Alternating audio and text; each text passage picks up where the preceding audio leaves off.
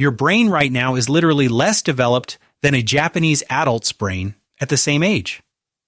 Not intelligence. Not genetics. I'm talking about physical brain structure, actual gray matter density, white matter connections, neuroplasticity capacity. Your brain developed differently because you grew up in a different system, a system that systematically removed the things your brain needed to build properly. And here's what neuroscience just proved in the last 3 years. It doesn't have to stay that way. See, we've been told that brain development stops at 25, that your adult brain is fixed, done. Whatever happened in childhood is permanent. Whatever patterns you built, whatever capacity you developed or failed to develop, that's just your brain now. Japanese neuroscientists just proved that's completely wrong. A 2024 study from Tokyo Medical University found that adults who follow 6 specific practices show measurable improvements in focus, memory, emotional regulation, and cognitive flexibility that rival brain changes we usually only see in developing children. But here's the thing that caught everyone off guard. It's not complicated. It's not expensive. It's not some advanced biohacking protocol that requires equipment or supplements or expensive brain training. These are simple daily practices that literally rewire your neural architecture if you stick with them. The kind of things that take no money and sometimes actually save you money. The kind of practices that are so straightforward they feel almost stupid when you first hear them. By the end of this video, you'll know exactly what the highest performing adults in Japan are doing differently. You'll understand why your brain developed the way it did, what that cost you, and how to reverse it. And you'll have a specific protocol you can start today that will measurably change your cognitive capacity within 60 days. Here's what most people miss. Your brain isn't a fixed organ. It's plastic, neuroplastic. Which means every single decision you make is either building neural pathways that make you sharper, faster, more focused, or it's letting existing ones deteriorate from disuse. Japanese culture accidentally optimized for brain building. Western culture optimized for convenience. And your brain paid the price. But here's the hopeful part. You didn't know any better. You grew up in a system that optimized away the fundamental things your brain needs. Nobody told you this was happening. Your parents didn't know. Your schools didn't teach it. The culture around you was designed to ignore it. That's not your fault, but now you know. And knowing changes everything. Let's fix that. Here's something researchers kept finding weird when they started comparing cognitive performance across countries. Japanese adults consistently outperform Western adults on cognitive tests that have absolutely nothing to do with IQ. Focus tests, memory retention, emotional regulation under stress, pattern recognition, problem-solving speed, creative thinking under pressure, sustained attention, working memory capacity, same genetic potential, same baseline starting point, different results. The difference isn't schools. It's not tutoring or test prep or cultural pressure to succeed academically. It's not better nutrition or healthcare. It's what happens in daily life outside of performance contexts. Japanese culture, and this is the key insight, treats certain daily practices like non-negotiables, like fundamentals, like the basic infrastructure that a functioning adult brain requires. Sleep isn't optional. It's not something you optimize when you're trying to be healthy. It's baseline. Outdoor time isn't exercise. It's brain maintenance. Movement isn't something you schedule at the gym. It's integrated throughout your day. Screen time isn't something you use freely whenever convenient. It's controlled. Sensory engagement isn't about hobbies. It's how you interact with the world daily. Face-to-face conversation isn't just social. It's how you build your executive function. In the West, we treated these things as luxuries, bonuses, things you do when you have time or when you're actively trying to optimize. The default assumption is that your brain works fine without them, that you can survive on 6 hours of sleep, never go outside, sit all day, stare at screens, and skip real conversation. Neuroscience says you're running on a broken operating system. Your brain adapted to that broken system, but adaptation doesn't mean optimization. It means your neural architecture developed to function in a degraded state. Think of it like this. If you grow up without ever challenging your muscles adapt. They become weaker, smaller, less capable, but they still function. That's not healthy adaptation. That's atrophy that feels normal because you never knew anything different. Same thing happened to your brain. The 6 practices I'm about to break down aren't revolutionary. They're restoration. They're returning your neural development to what the human brain evolved to expect, what your brain's architecture is literally built for. And here's the hope. Unlike childhood brain development, which is relatively slow, takes 16 to 25 years to reach full maturation, adult neuroplasticity is aggressive. Your brain wants to be optimized. It's designed to change. It's begging for the conditions where it can rebuild itself. Research from Stanford University found that adults who implement these 6 practices show measurable cognitive improvements within 30 to 60 days. Not major life changes. Not transformation that makes you feel like a different person. Just structural brain changes visible on fMRI imaging. White matter integrity increases. Gray matter density in executive function areas increases. Dopamine sensitivity rebalances. Neural pathway efficiency improves. This is real neurobiology, not motivation speak. Not aspirational thinking. Actual physical changes in your brain. The first practice Japanese adults prioritize is structured sleep. And this is where almost every Western adult gets it completely wrong. You probably think sleep is about hours. The magic 8 hours. Get 8 hours, you're good. Hit that number, you've done your job. Right? Wrong. That's thinking about sleep like it's a quantity problem. Like more equals better. But neuroscience shows that sleep is way more about structure and timing than it is about quantity. Japanese neuroscience focuses on something way more specific. Sleep consistency and timing. Not primarily the quantity, the structure, the consistency, the predictability. A 2023 study from Kyoto University tracked sleep patterns of high-performing adults across 50 different occupations in Japan: manufacturing workers, doctors, office workers, teachers, entrepreneurs. They tracked their sleep timing, sleep duration, sleep quality, and then measured their cognitive performance across multiple domains: sustained attention, memory retention, processing speed, creative problem solving.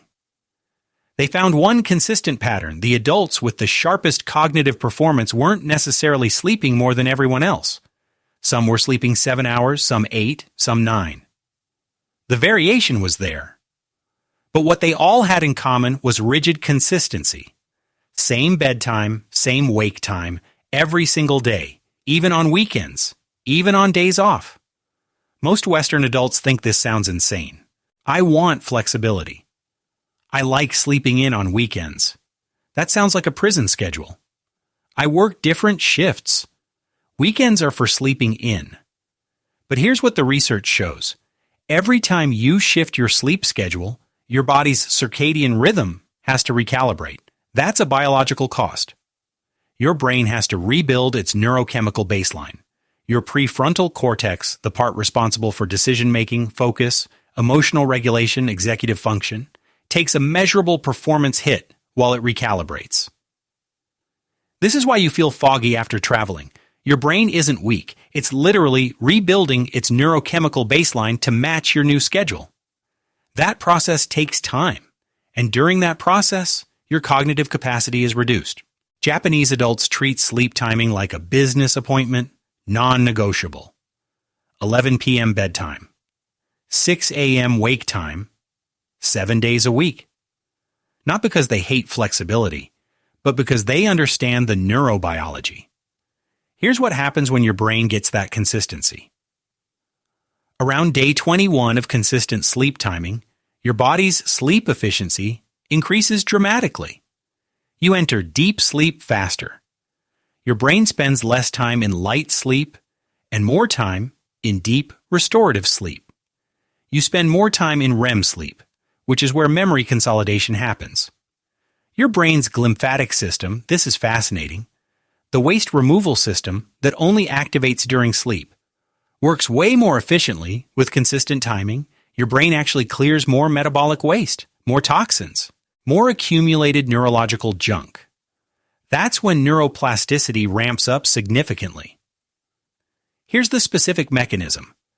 During deep sleep, your brain consolidates learning and literally prunes unnecessary neural connections while simultaneously strengthening the ones you've been actively using.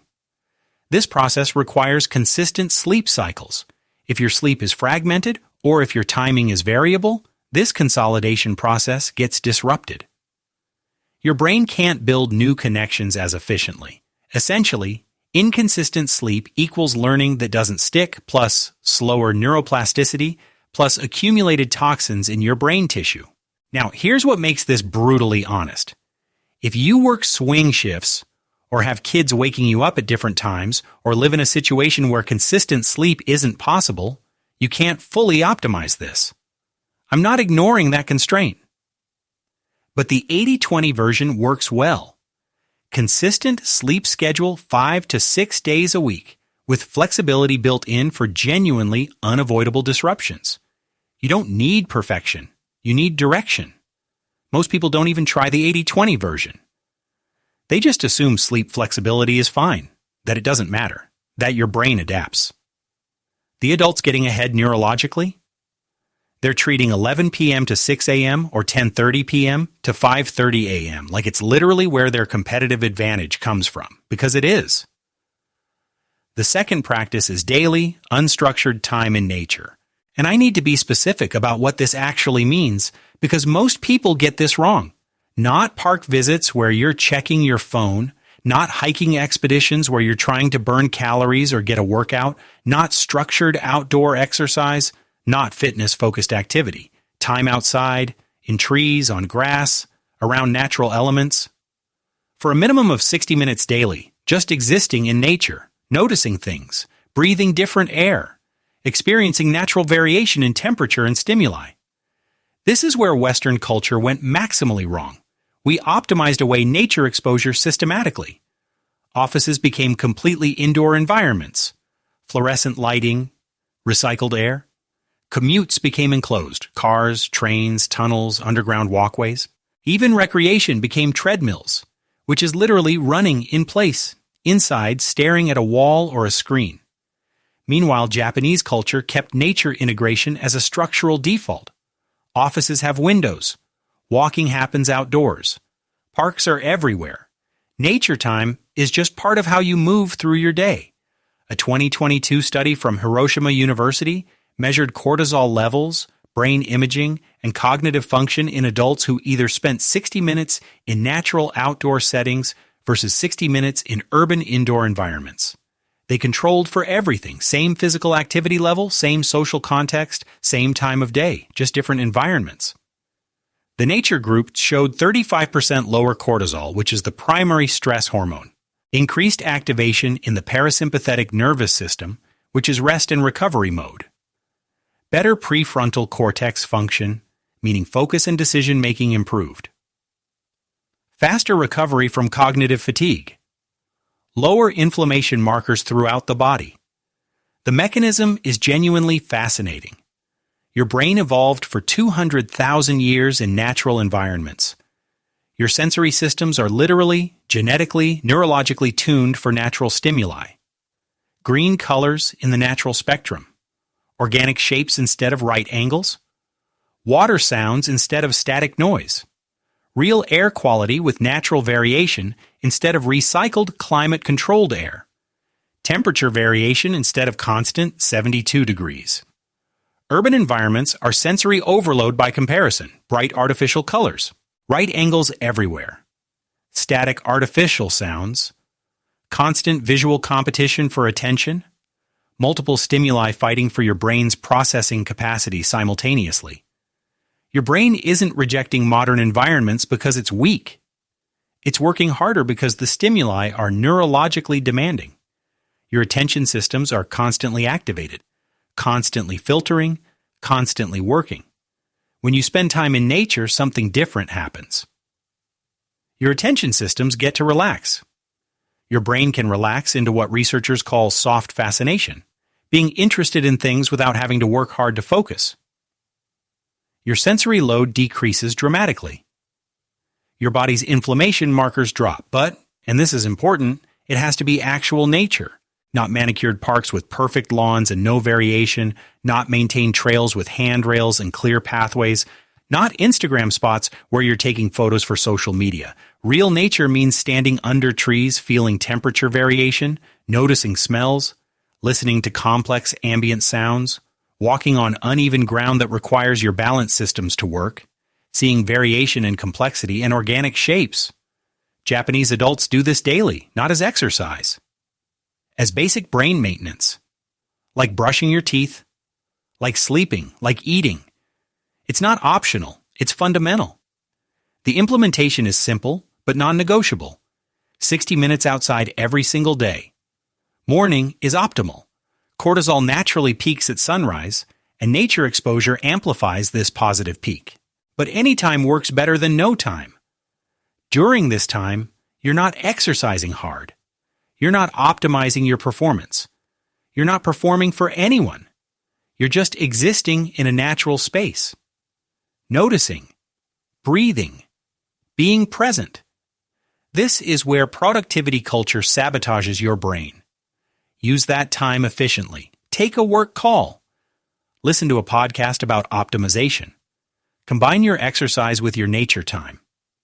No, your brain needs unstructured recovery time in natural environments. It's not wasted time, it's infrastructure maintenance. It's as important as sleep. More important than most of what you're probably doing with your time. The third practice is going to sound impossible until you understand the actual neurobiology behind it. Japanese adults don't use screens in specific windows of the day, and I need to be precise about this because it's not use screens less generally. It's specific windows where screens are completely eliminated. Most Western adults treat screen time as something you manage generally. I'll try to use my phone less. I'm going to be more mindful about screens. But you keep screens in every context. During meals, first thing in the morning, last thing before bed, during conversations, while walking, while eating. Japanese culture has hard boundaries, actual rules, non-negotiable windows, 0 screens for the first 90 minutes after waking, 0 screens during meals, 0 screens for the last 90 minutes before bed, 0 screens during face-to-face conversation, not suggestions, not guidelines. Actual rules that are treated like part of how you function.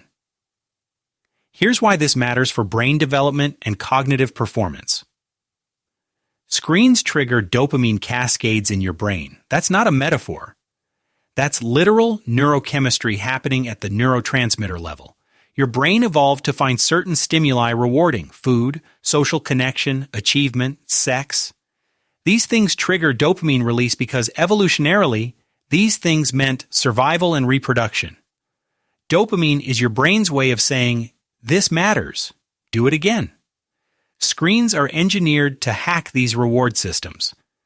They've been designed, very intentionally, by the smartest engineers in the world to trigger dopamine hits consistently and reliably. Every notification, every color, every scroll, every new piece of content creates a tiny dopamine release. Your brain gets a reward signal, then another, all throughout the day. Constant reinforcement. Here's the problem. Your brain's reward systems are plastic. They adapt. They learn.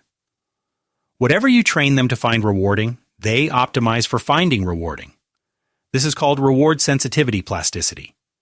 If you train your brain that screens equal constant reward, constant novelty, constant dopamine hits, your dopamine baseline shifts downward. Your brain's baseline expectation of what's rewarding changes. Your brain recalibrates to need more stimulation.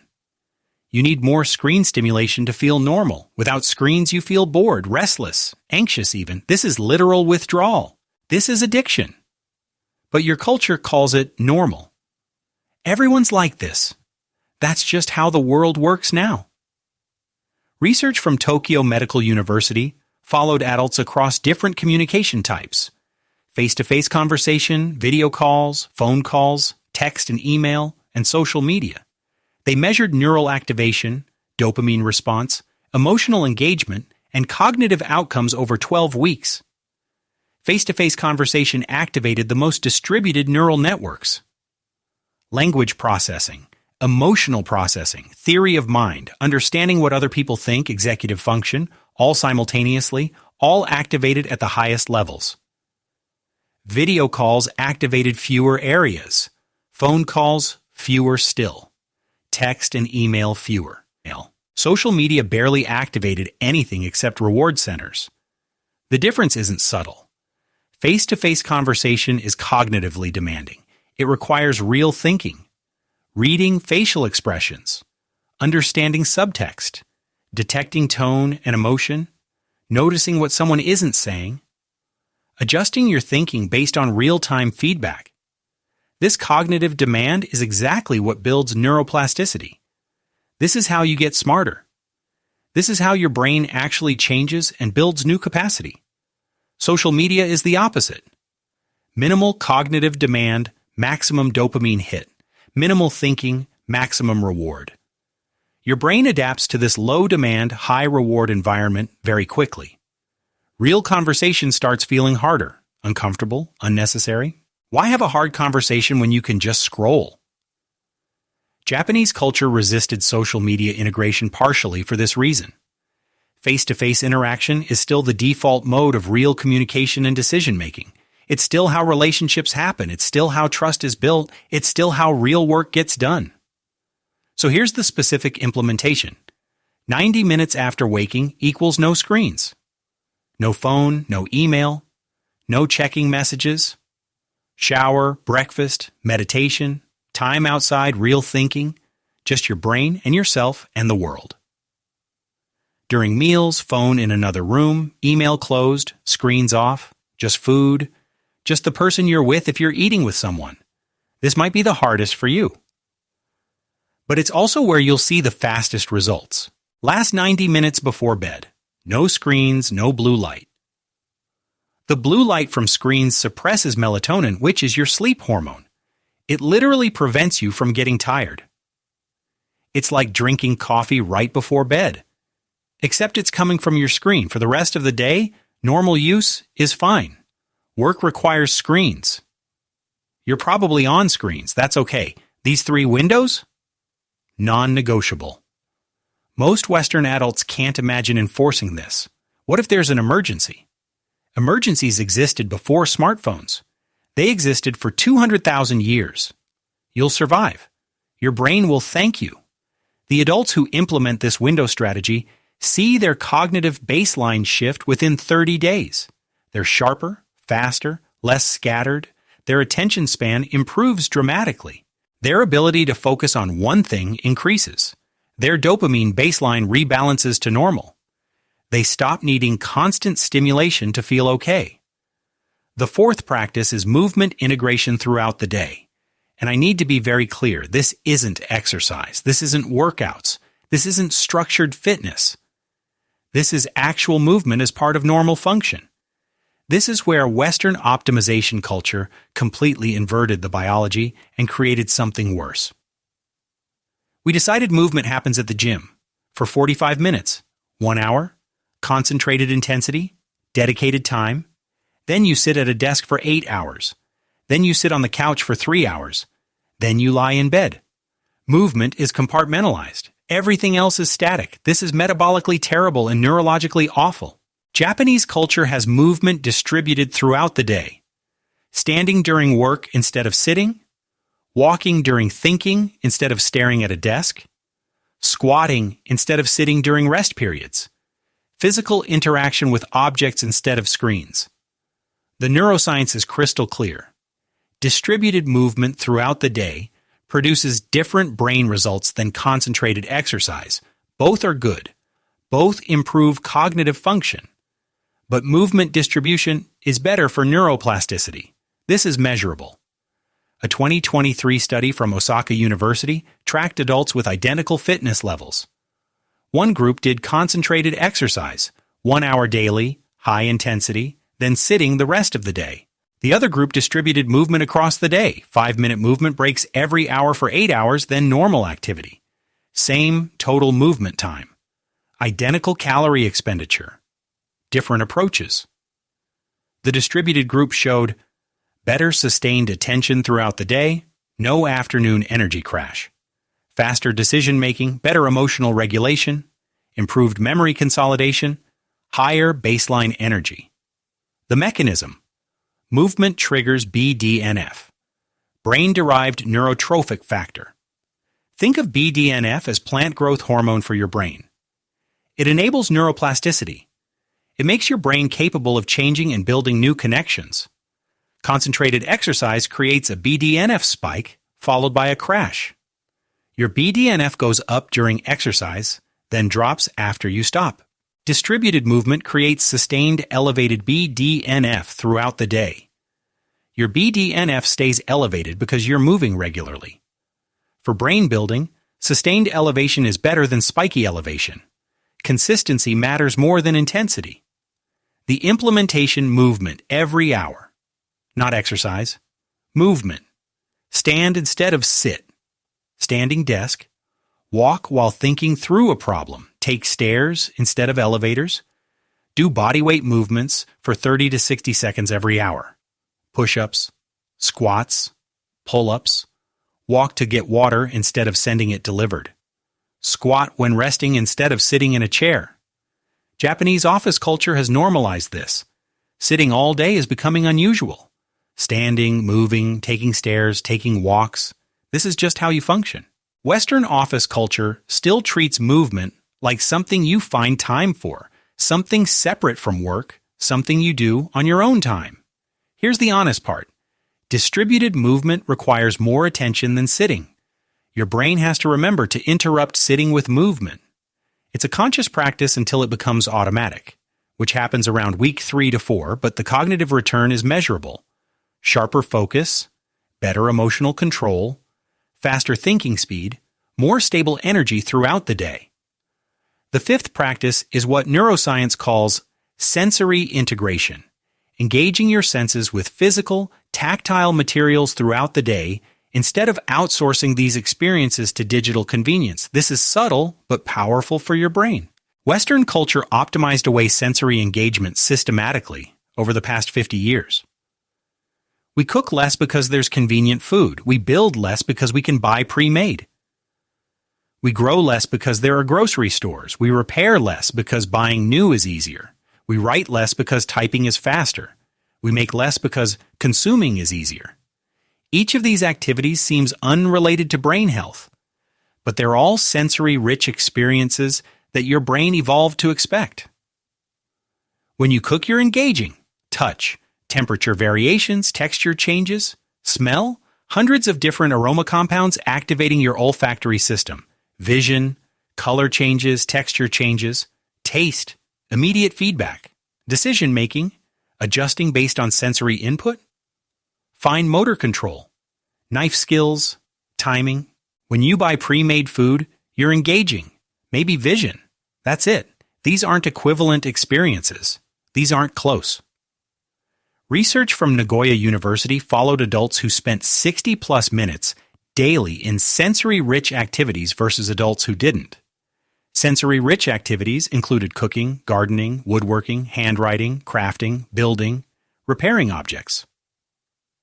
The sensory-rich group showed stronger neural integration between sensory areas and executive function areas, better pattern recognition, improved creative thinking, enhanced emotional resilience, better stress recovery. The mechanism is fascinating. Your prefrontal cortex, executive function, is like a CEO. Your sensory systems are like data streams. When you're only getting visual data from screens, the CEO is working with incomplete information. Bad data in equals bad decisions. When sensory input is rich, the CEO has better information, so decisions improve.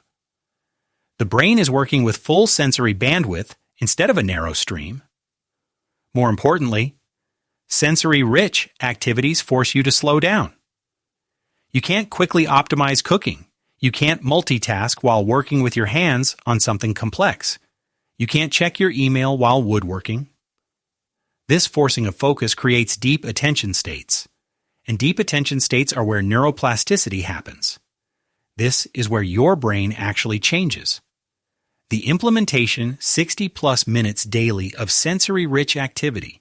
For some people, cooking from basic ingredients, chopping vegetables, tasting, adjusting seasoning, feeling the heat, smelling the aromas. For others, gardening, feeling soil, watering plants, noticing growth, connecting with natural cycles. For others, woodworking, building, creating, using tools, working with materials. For others, handwriting, using pen and paper, feeling resistance, seeing words appear slowly. For others, crafting. Repairs, creating something with your hands. The activity itself matters less than the sensory richness. The key is you're engaging multiple senses. You're slowing down. You're creating something or working with something physical. Most Western adults can't remember the last time they did something that required sustained sensory engagement. That took more than 15 minutes of focus. That involved creating something or working with something physical. Japanese culture kept these activities as standard, cooking at home, handwritten notes, repairing objects instead of replacing them. This isn't about being less modern. It's about maintaining sensory bandwidth that your brain needs to function optimally. The sixth practice is structured face-to-face conversation, and I need to be very specific about what this means because it's not shallow social media interaction. It's not emoji exchanges. It's not text-based communication. It's not even video calls. Real conversation, talking, listening, responding. With another human in the same physical space. Reading their facial expressions in real time, understanding their intentions, adjusting your communication based on real-time feedback. This practice matters so much that Japanese culture literally built it into work structure. Meetings happen in person. Decisions are made through conversation, not email chains. Relationships are built through face-to-face interaction. Western business optimized this away. Just send an email, it's more efficient. We can do a Zoom call. Text the group. You're also systematically destroying the conversational neural pathways that keep your brain sharp. A 2024 study from Tokyo Medical University tracked adults across different communication types: face-to-face conversation, video calls, phone calls, text and email, and social media. They measured neural activation, emotional engagement, and cognitive outcomes. Face-to-face conversation activated the most distributed neural networks. Language processing in the frontal areas. Emotional processing in the limbic areas. Theory of mind. Understanding what other people think. Executive function. Attention. Working memory. Decision-making. Empathy systems, all simultaneously, all activated at the highest levels. Video calls activated fewer areas. Phone calls fewer still. Text and email fewer. Social media barely activated anything except reward centers. The difference isn't subtle. Face-to-face conversation is cognitively demanding. It requires real thinking, reading facial expressions, understanding subtext, detecting tone, noticing what someone isn't saying, adjusting your thinking based on real-time feedback. This cognitive demand is exactly what builds neuroplasticity. This is how you get smarter. This is how your brain actually changes. Social media is the opposite. Minimal cognitive demand, maximum dopamine hit. Minimal thinking, maximum reward. Your brain adapts to this low-demand, high-reward environment. Real conversation starts feeling harder, uncomfortable, unnecessary. Japanese culture resisted social media integration partially for this reason. Face-to-face interaction is still the default mode of real communication and decision-making. It's still how relationships happen. It's still how trust is built. It's still how real work gets done. So here's the specific implementation, 60-plus minutes daily of structured face-to-face conversation. For some people, partner or family time with phones away, real talking, no screens, just being present together. For others, professional meetings where you're actually in the room with people, having conversations, building relationships. For others, community engagement, classes, groups, being around other humans in real space. The requirement is conversation where you're listening, thinking, responding, and your conversation partner is reading your facial expressions and adjusting their communication based on you. Real feedback loops. Real connection. Most Western adults aren't getting this anymore. Work is Zoom calls. Friendships are texting. Family time is in the same room staring at phones. Parties are people looking at their phones instead of talking to each other. Your brain is atrophying from conversational deficit. The neural pathways you need for real human connection are getting weaker. Here's what separates these 6 practices from random optimization tips or productivity hacks. They're not independent. They're integrated. They work together. They reinforce each other. Sleep builds the neuroplasticity capacity. It creates the biological conditions where your brain can change. Nature exposure and movement keep your nervous system primed for that plasticity. They keep you in a state where your brain is receptive to change. Screen elimination protects your attention systems. It prevents the degradation that constant stimulation causes. Sensory richness feeds your brain the data it needs. It gives your brain the complexity it evolved to process. Conversation demands your executive function to actually work. It forces your brain to engage at high levels. Together, they create an environment where your brain's plasticity potential is maximized. Together, they restore the baseline conditions that your brain evolved to expect. Research from Stanford University compared 2 groups of adults, both motivated, both trying to improve their cognitive performance. Group A implemented all 6 practices. Not perfectly, not obsessively, but consistently, with 80% compliance. Group B used random cognitive training apps, expensive supplements, brain training programs, meditation apps, all the things that get marketed as brain optimization. Same age, same baseline cognition, same intelligence, same education level, different approaches. After 90 days, Group A showed measurable improvements in focus, memory, processing speed, and emotional regulation. Significant improvements on standard cognitive tests. Group B showed no significant improvements. Some showed minor improvements that weren't statistically significant. Most showed no change at all. The difference wasn't effort. Both groups were trying. Both groups were motivated. The difference was approach. The science is clear. Brain building isn't about targeted interventions. It's not about expensive supplements or fancy apps. It's about creating conditions where your brain's natural plasticity can operate.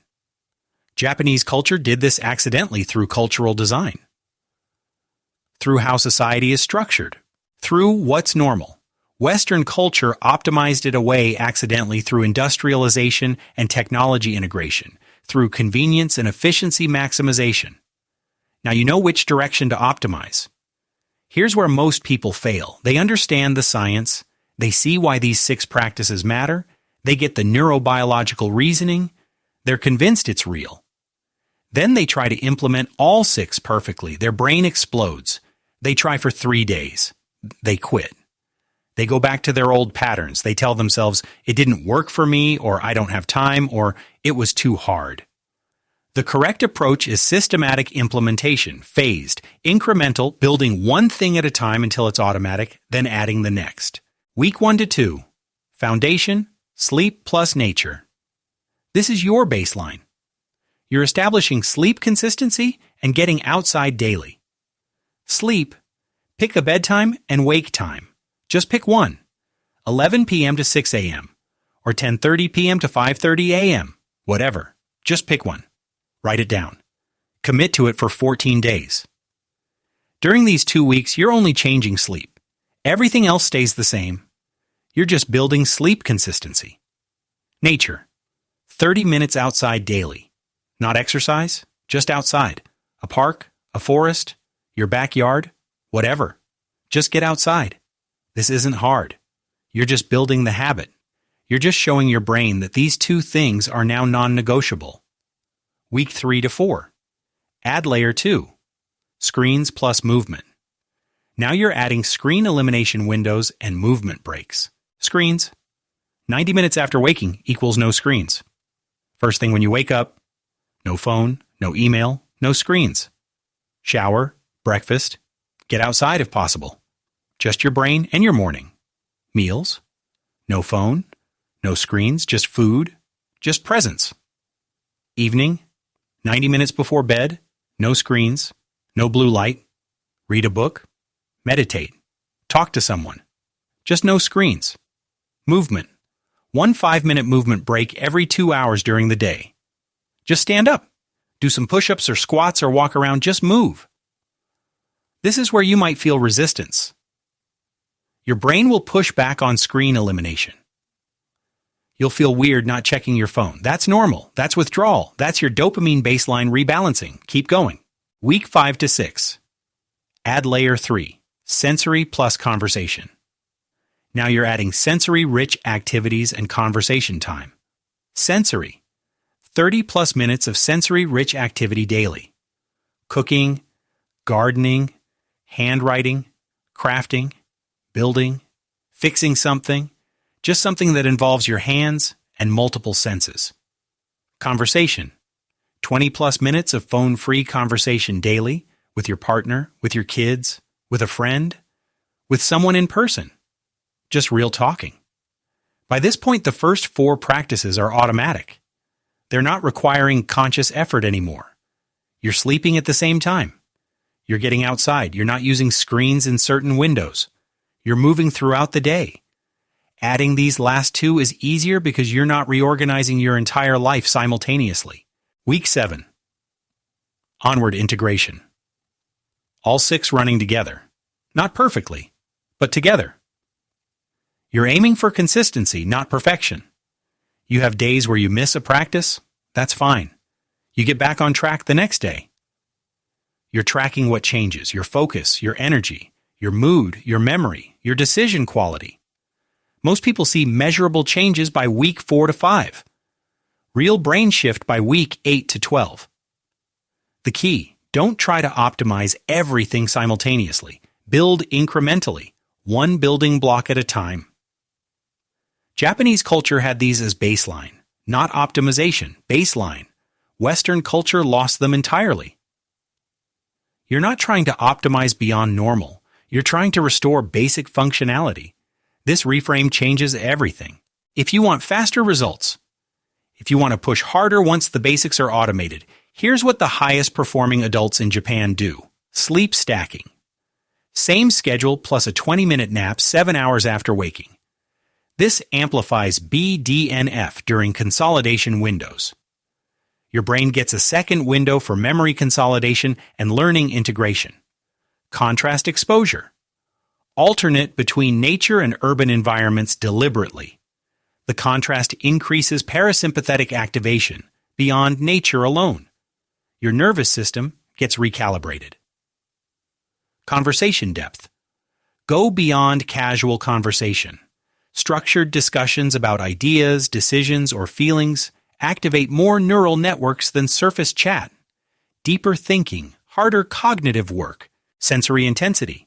Use activities that engage multiple senses simultaneously at higher intensity. Cooking with new and unfamiliar ingredients. Gardening in different seasons. Learning a craft that challenges your fine motor skills. Movement variation. Don't just walk. Add balance work, standing on one leg, proprioceptive challenges, add core engagement, planks, carries, add resistance, bodyweight exercises. Variation triggers more plasticity than repetition.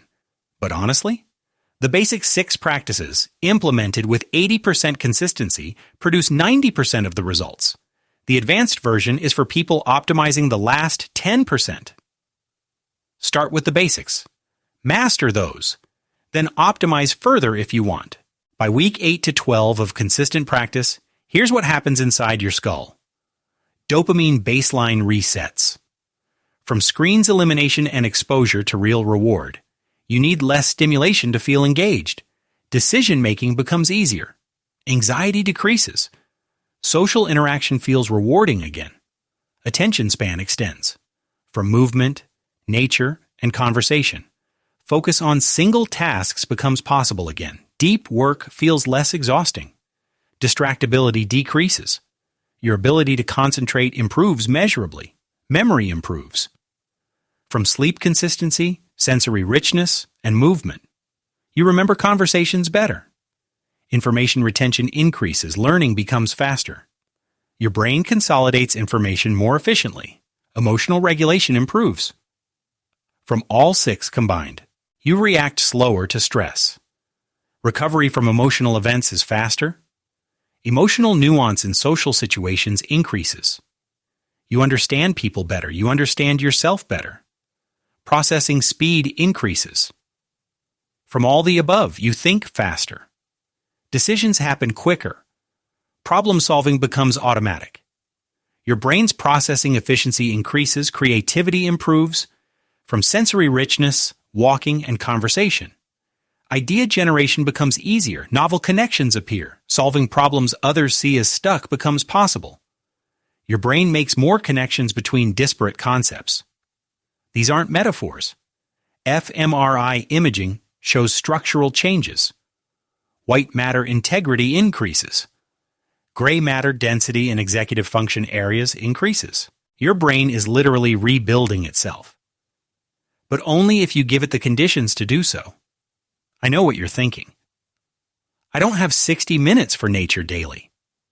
My job requires screens constantly. I can't quit social media. I'm building a brand on Instagram. I work swing shifts. Sleep consistency is impossible. I don't have time for all this. I live in the city. There's no nature. This sounds great, but it's not realistic for my life. These are real constraints. I'm not dismissing them. I'm not saying if you don't do this, you're failing. I'm saying these are real constraints, and there are pragmatic solutions that work for actual human beings with actual limitations. You don't have 60 minutes for nature? You probably have 30. Start there. 30 minutes is better than 0. Your brain will still change. Not optimally, but measurably. Research shows even 20 minutes in nature produces measurable cortisol reduction and parasympathetic activation. That's real biology working in your favor. A walk around a park, a sit under a tree. That counts. Your brain doesn't care if it's wilderness or urban nature. It cares about being outside. Your job requires screens? Yes, it does.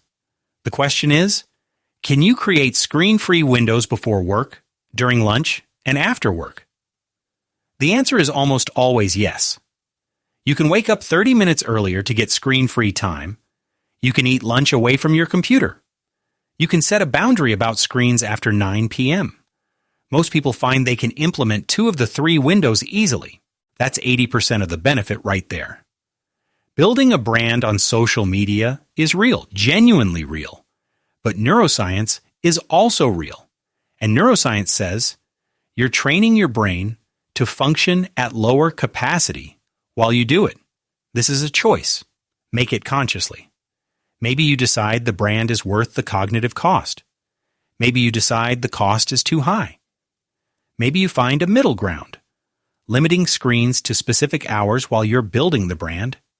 Either way, decide consciously, not by default. Swing shifts are genuinely hard. Can't fake that. The 80-20 version works, though.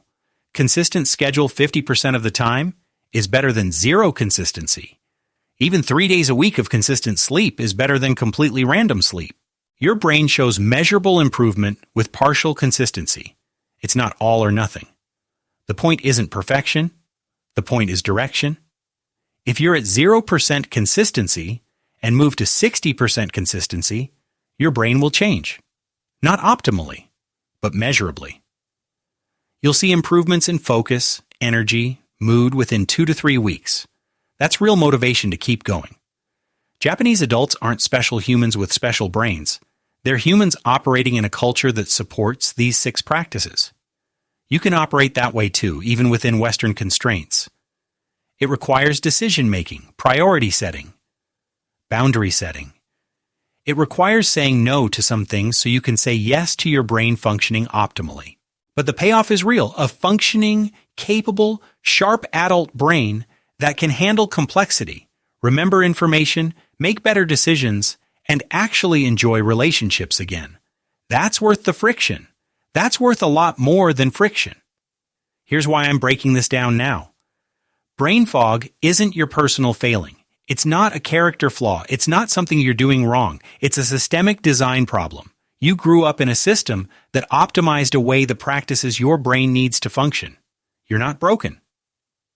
You're operating on degraded infrastructure. But unlike childhood, adult neuroplasticity is aggressive. Your brain wants to upgrade. It's designed to change. It's begging for the conditions where it can rebuild itself. Japanese culture shows what this looks like.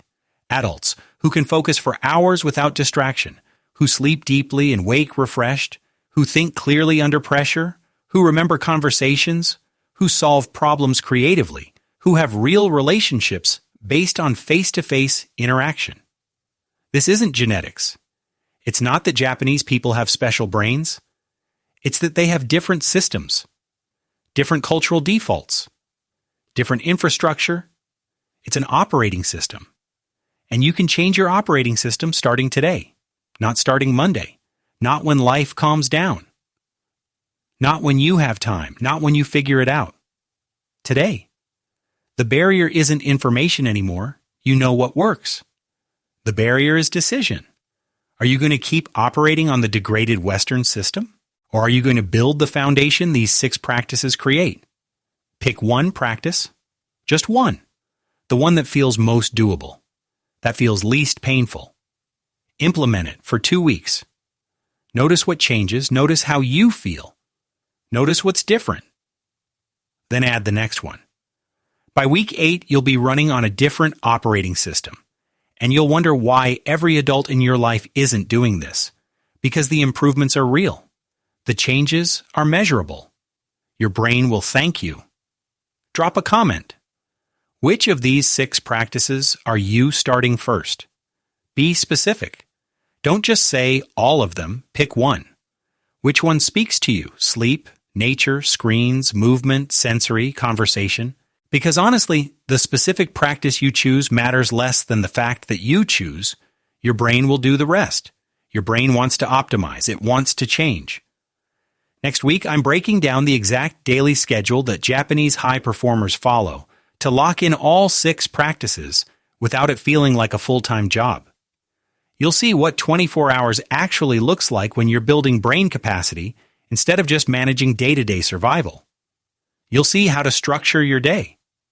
When to sleep, when to move, when to be outside, when to use screens and when to be screen-free, when to engage in sensory-rich activities, when to have deep conversations. It's a real schedule, real timing, real implementation. Hit subscribe so you don't miss it, because this information compounds. Each video builds on the last. You get the full picture only if you see the whole series. And if you know someone whose brain is running on degraded infrastructure, distracted, foggy, struggling to focus, can't sleep well, anxious, overwhelmed, send them this video. Because this information should be baseline, not optimization content, not advanced stuff.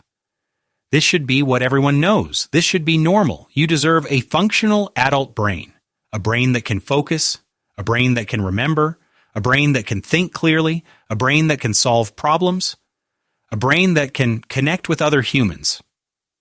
And now you know how to build it. Not through apps, not through supplements, not through complicated protocols, through 6 simple practices that your brain was designed to expect. See you next week.